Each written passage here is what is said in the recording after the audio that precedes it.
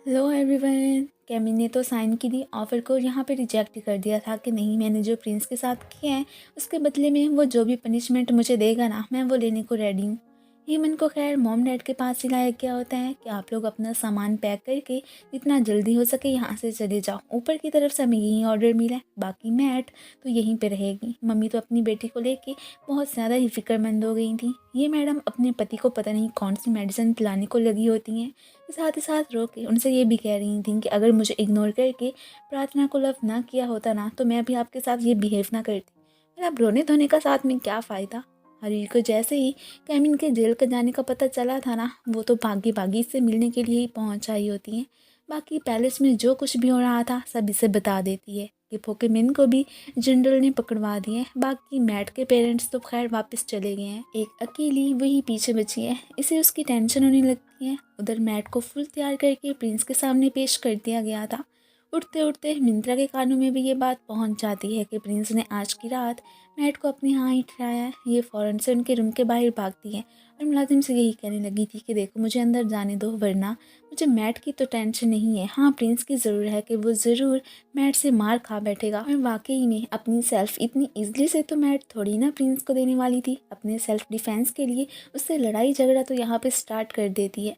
मिंत्रा के आते ही फिर मैट की जान छूटती है। बाकी कैमिन पे जो इल्ज़ाम लगा के जेल में डाला गया था उसके बारे में वो तो फिर यहाँ पे से सब कुछ बता देती है, और ये भी कि तुम्हारे पेरेंट्स को हेमंत के साथ ही यहाँ से भेज दिया गया, देखो तुम्हारी वजह से फिर मुझे यहाँ पे रहना ही पड़ गया। ये तो खैर झूठ ही था। इसे अब कैमिन की टेंशन होने लगती है कि पता नहीं वो किस हाल में होगा। पोकेमिन की कंडीशन भी काफ़ी ख़राब थी। बाकी अपनी वाइफ को उसने पहले ही कैमिन का बता दिया होता है कि देखो मैं चाहे मर भी जाऊँ लेकिन कैमिन को हर हाल में प्रोटेक्ट करना है। इस राया के लिए स्पेशली किंग का ख्याल रखने वाला तो वही है ना, प्रिंस का तो कोई हाल ही नहीं है। सुदीप अपने सिपाहियों को लेके कैमिन के घर ही आया होता है कि हमने कुछ इन्वेस्टिगेशन करनी है। बाकी हरुई को मम्मी लेके चली गई थी। यहीं पे सुदीप की नज़र साइन पे भी पड़ी जाती। वो तो इन्हें यहाँ पे कैमिन के घर में घुसने से रोक ही नहीं पा रहा होता। यहाँ पे उस बेचारे की शक्ल देखने वाली होती है। अब खुद ही ड्रग्स वगैरह पैकेट में डाल के ना असेंबली में यही बताया जाता है कि ये तो हमें कैमिन के घर से मिली हैं और ये ड्रग्स किंग की बॉडी में भी पाई गई हैं। तो इसका मतलब यही हुआ ना कि कैमिन ने ही उन्हें मारने की कोशिश की है। अब कैमिन को सजा तो इन्होंने देनी ही थी ना, एविडेंसेस ज़ाहिर सभी के सामने ही होते हैं। बेचारा कैमिन हैरान कि मैंने तो कुछ किया ही नहीं, फिर ये सारा इल्ज़ाम मुझ पे क्यों लगाया जा रहा है। अब उसकी किसने सुननी थी। यहाँ पे प्रिंस भी इन्हीं लोगों का ही साथ देता है। साइन को तो पोकेमैन ने हर हाल में कैमिन को जेल से निकालने का ऑर्डर दे दिया था और ये भी बता दिया जाता है कि असल प्रिंस तो वही है। इधर जैसे ही कैमिन को एग्जीक्यूट किए जाने का जब मैट को पता चलता है तो वो बहुत ही ज़्यादा दुखी हो जाती है। ये उससे मिलने के लिए जाना तो चाहती थी पर मिंत्रा रोकने लगती है कि अभी सही मौका नहीं है, मेरे पास तो तुम्हारे लिए बहुत ही अच्छा आइडिया है, अगर मानो तो यही सही होगा। साइन एक लास्ट ट्राई करने कैमिन को जेल से भगाने के लिए पहुंच आया था, पर वो नहीं मानता कि मैंने जो कह दिया सो कह दिया। अगर वो लोग मार के अपने मन को सुकून पहुंचाना चाहते हैं ना तो पहुंचा लें, मुझे किसी का कोई भी डर नहीं है। वो लटके हुए फेस के साथ फिर वहाँ से वापस चला जाता है। मैट प्रिंस के पास पहुंच आई थी कि कैमिन की सज़ा जैसे तैसे करके रुकवा दो, मैं आपकी वाइफ बनने को तैयार हूँ।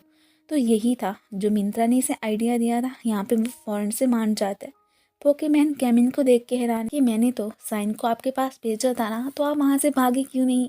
ये लोग तो बहुत ही जालिम है, नहीं छोड़ेंगे आपको। इस वक्त सबसे ज़्यादा आपकी लाइफ ही इम्पोर्टेंट है, आपको नहीं पता। वरना यहाँ पे सब कुछ कौन संभालेगा राया में। मेरी तो खैर है, मैं अगर मर भी गया तो किसको क्या चिंता होनी।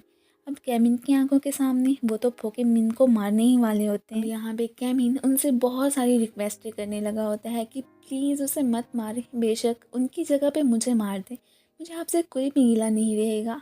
उनकी वाइफ है ना, वो उनके बिना कैसे जी पाएंगी। पर ना जनरल तो इतना जालिम था कि उसकी बात बिल्कुल भी नहीं मानता। अब ये सब देख के इसकी कंडीशन तो काफ़ी ज़्यादा ख़राब हो जाती है कि ये क्या कर दिया तुम ज़ालिमों ने, इसकी आंखों के सामने ही उसे मार दिया था ना। अब नेक्स्ट बारी कैमिन की थी। इससे पहले कि वो इसे मारते अचानक प्रिंस की एंट्री होती है कि कैमिन को आज की रात माफ़ कर दिया जाए, कल जो भी करना हुआ फिर देखा ही जाएगा। वापस फिर से इसे जेल में ही डाल दिया जाता है। मैट यहीं पे उससे मिलने आई थी। अब जाके उसे पता चलता है कि अपनी इज्जत दाव पे लगा के आज की रात मैट ने इसकी जान बचवाई है। वो थोड़ा सा उस पर गुस्सा तो करने लगता है कि क्या ज़रूरत थी ऐसा करने की। अगर मैं मर रहा था तो मुझे मरने देती, अच्छा ही था कि मैं मर जाता। कम से कम अब घुट घुट के जीने से तो अच्छा ही है ना। पर वो कहती है कि नहीं, तुम्हारा ज़िंदा रहना बहुत ज़्यादा ज़रूरी है, तुमने सबको बचाना है। फिर तुम जैसे ब्रेव पर्सन ही मर जाओगे ना तो फिर पीछे राय का क्या बनेगा। पोकेमिन को तो इन जालमों ने मार दिया था, उनकी वाइफ की रिस्पॉन्सिबिलिटी भी तो इसने लेनी थी ना। आज तो ये उससे अपनी फीलिंग्स शेयर करने से पीछे नहीं हटती। इन्हें किस करते देख के प्रिंस का बुरा हाल कि अब तो मैं कभी भी इन लोगों को माफ़ नहीं करूँगा। आज रात मैट मेरी ही होगी। मम्मी बाद में हरुई के मुंह से निकलवा ही लेती हैं कि उसके पेट में जो भी बच्चा है ना वो कैमिन का नहीं बल्कि प्रिंस का ही है। ये सब कुछ पीछे खड़ी बोलान भी सुन लेती हैं और एकदम शौक में कि क्या इसका मतलब कि वो कैमिन का बच्चा नहीं है। और इस बारे में वो तो कैमिन को बताना ज़्यादा ज़रूरी समझती है। मम्मी ने भाग के ये गुड न्यूज़ सबको दे दी थी कि हरुई ने खुद ही बताया कि उसके बेबी का बाप प्रिंस है ना कि कैमिन। साइन तो अपना सारा गुस्सा मैकी पे निकालने के लिए आता है कि आखिर तुम खुद को समझते क्या, तुम जैसे बंदे को तो जिंदा रहना ही नहीं चाहिए। अब गार्ड्स के आने से ही इसे भागना ही पड़ जाता है। इसी दौरान एक गोली भी उसे लग गई थी। ये तो शुक्र है कि मास्टर इधर फिर रहे होते हैं। वो अब साइन को गार्ड्स की नज़रों से बचा के वहाँ से लेके जाते हैं। क्वीन तो सीधी किंग को बताने के लिए ही आ चुकी होती हैं कि अब तो आपको खुश होना चाहिए, हरुई हमारे प्रिंस की वाइफ बनेगी क्योंकि उसके पेट में मौजूद बच्चा हमारे मैकी का ही है। बाकी रहा कैमिन, उसे तो अब मैं देखना कैसे बर्बाद करती हूँ। मैट तो फुल रेडी होके कैमिन के पास ही जा रही होती है और एक्चुअल में मिंत्रा प्रिंस के बिस्तर में मौजूद थी। उसकी भी बरसों से प्रिंस से इंटीमेट होने की ख्वाहिश फाइनली आज पूरी होने जा रही थी।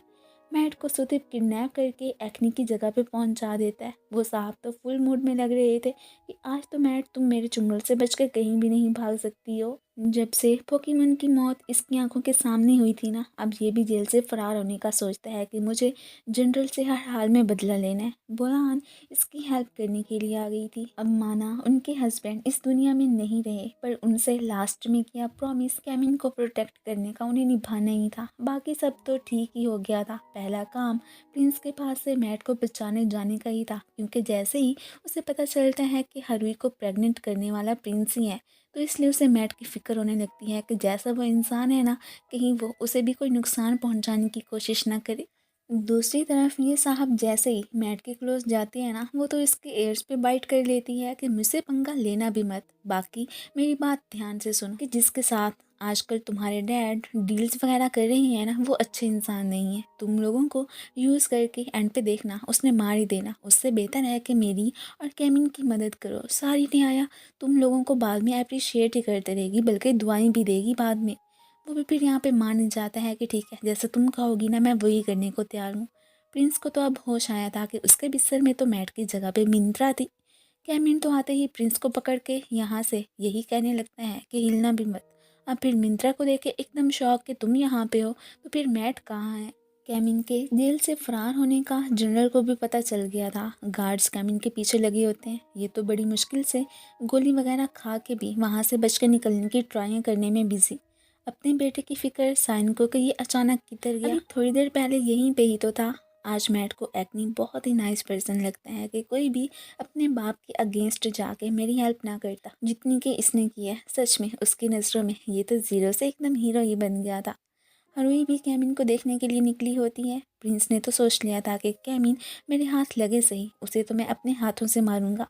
बट इसे बचाने के लिए हरुई आगे आ जाती है। ये लोग उसे देखने के लिए बढ़ते ही हैं कि यहाँ पे वो भाग जाता। ये लोग तो फिर बाद में हरुई को हॉस्पिटल भिजवा के इसका पीछा फिर भी नहीं छोड़ते। फाइनली वो इनके हाथों लगी गया था। अब की बार कैमिन को प्रोटेक्ट करने के लिए मैट आती है। उसने तो पिस्टल का रुख अपनी तरफ ही कर लिया था कि प्रिंस बस कैमिन को यहाँ से जाने दे वरना मैंने खुद को मार लेना है। ये जो हर वक्त आप मेरा नाम लेते रहते हैं ना तो इससे भी जाएंगे क्योंकि मैं तो इस दुनिया में फिर रहूँगी ही नहीं ना। इसकी वजह से उसे तो अपने हाथ भी रोकने ही पड़ जाते हैं। इसे गुस्सा के हर कोई कैमिन की हिफाजत ही क्यों कर रहा है, आखिर क्या है उसमें। उसकी इम्पोर्टेंस का तो मैट को ही ज़्यादा पता था ना। जनरल मौका का फ़ायदा उठा के इनके बीच बॉम्ब फेंक के तीनों को ही मारने का सोच लेता है। 3 नहीं बल्कि सॉरी 4, क्योंकि एक्नी जो कि मैट के पीछे आया था उसे भी यहीं पे बेहोश कर दिया गया था। वेल बॉम्ब तो जल्दी से फिर यहाँ पे कैमिन उठा के पानी में ही कूद जाता है।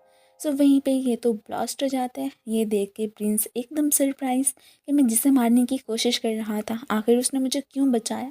मैट बेचारी अलग से कैमिन को लेके इमोशनल हो जाती है कि ये क्या कर दिया कैमिन। और फिर इसी के साथ ही ये पार्ट ख़त्म हो जाता है। Thank you for watching. And guys, अगर आप लोगों को मेरी वीडियोस लगती है तो प्लीज़ इसे लाइक भी कर दिया करें और साथ ही साथ कमेंट भी। मिलते हैं फिर नेक्स्ट पार्ट में, तब तक के लिए बाय।